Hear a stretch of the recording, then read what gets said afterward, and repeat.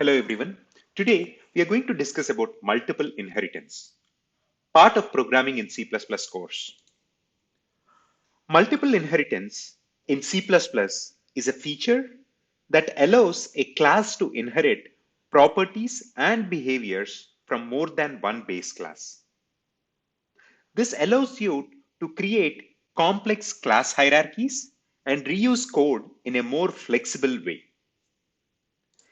Here is an example of a multiple inheritance in C++. In this example, the engine and wheels classes are two base classes that define properties and behaviors for engines and wheels, respectively. The car class is a derived class that inherits from both engine and wheels class. It allows the car class to reuse the properties and behaviors of both base classes and provide a more complete representation of a car. Hope this was helpful. Thank you for watching.